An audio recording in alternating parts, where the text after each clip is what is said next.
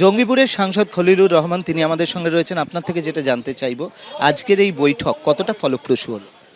আমি মনে খুব ভালো হয়েছে, আজকের বৈঠক খুব ভালো হয়েছে। সব থেকে ভালো হয়েছে এটাই কি কে কোন দলের এটা কিন্তু দেখা হয়নি। সরকার দেখেছে যে যে যেখান থেকে নির্বাচিত হয়েছেন, যে দলেরই হোক না কেন, তারা কিন্তু থেকে সরকারের সমস্ত আধিকারিকদেরকে নিয়ে এলাকার উন্নয়নের কাজ হবে। এটা নিঃসন্দেহে খুব ভালো দিক, ভালো দৃষ্টান্ত। আগামী দিনে এতে কি হবে, একে অপরের পরিপূরক হতে যেমন মজবুত জায়গায় নিয়ে যাবে, উন্নয়নটাও কিন্তু ভালো জায়গায় যাবে আর কি।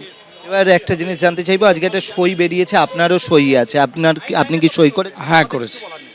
কি কারণ? বিদ্রোহী ব্লক? আমার বলার নেই, আমরা নিচে তলায় থাকি, কাজ করি।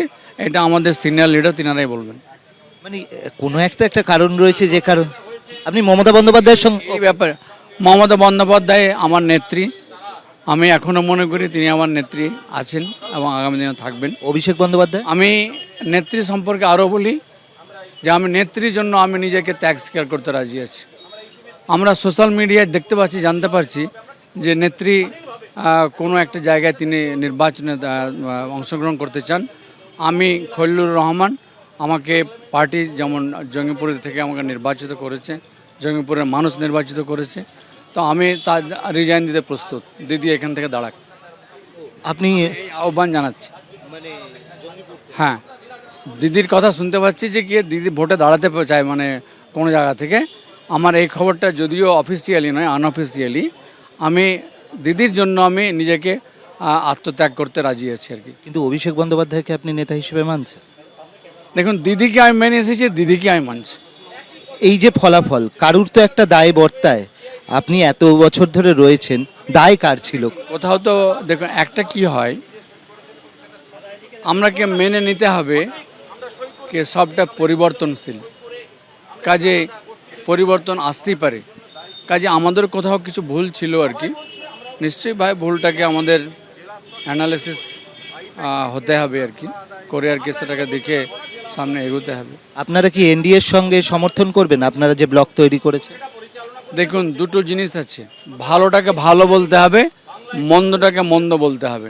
ভালোর সঙ্গে সবসময় আছি, আর যদি দেখা যায় যে বিভাজন, তাহলে পরে তার আমাদের প্রতিবাদ থাকবে। ভালো ইস্যুতে এনডিওকে সমর্থনও করতে পারে, ইয়েস। তাতে কোনো অসুবিধার কিছু নেই। না, যদি দেখা যায় যে বাংলার উন্নয়ন হবে, জঙ্গিপুর লোকসভার উন্নয়ন হবে, দেশের সার্বভৌমত্বকে রক্ষার স্বার্থে যদি সমর্থন প্রয়োজন হয় তো নিশ্চয় করব। আর শুভেন্দু অধিকারীকে কিরকম মনে হলো অ্যাজ এ মুখ্যমন্ত্রী? আমি তো উনি আমাকে হাত ধরে দিদির কাছে নিয়ে গেছে। কাজে হ্যাঁ, শুভেন্দু অধিকারী আমাকে 2016 সালে বিধানসভার প্রার্থী করার জন্য তিনি এবং দিদি খুব আমাকে চেয়েছিলেন। আনফর্চুনেটলি আমি অসুস্থ হয়ে পড়েছিলাম, কিন্তু তিনারা, দিদিও ভোলেননি, শুভেন্দুবাবুও ভোলেননি।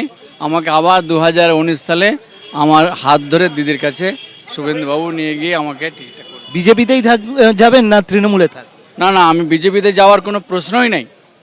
আমি তৃণমূল দলে একজন কর্মী হিসেবে রয়েছি। অবশ্যই খলিলুর রহমান স্পষ্ট করে দিলেন তিনি তৃণমূলে আছেন, মমতা বন্দ্যোপাধ্যায়কে তিনি তার আসন ছাড়তে চান, কিন্তু সেই সঙ্গে তিনি বললেন যে তিনিই সই করেছেন বিদ্রোহী ব্লকে এবং নির্দিষ্ট ইস্যুর ভিত্তিতে এনডিএকে সমর্থনেও তার আপত্তি নেই। ক্যামেরায় সন্দীপ পালের সঙ্গে অর্ণব মুখোপাধ্যায়, এবিপি আনন্দ, মালদা। এবিপি আনন্দ, এগিয়ে থাকে, এগিয়ে রাখে।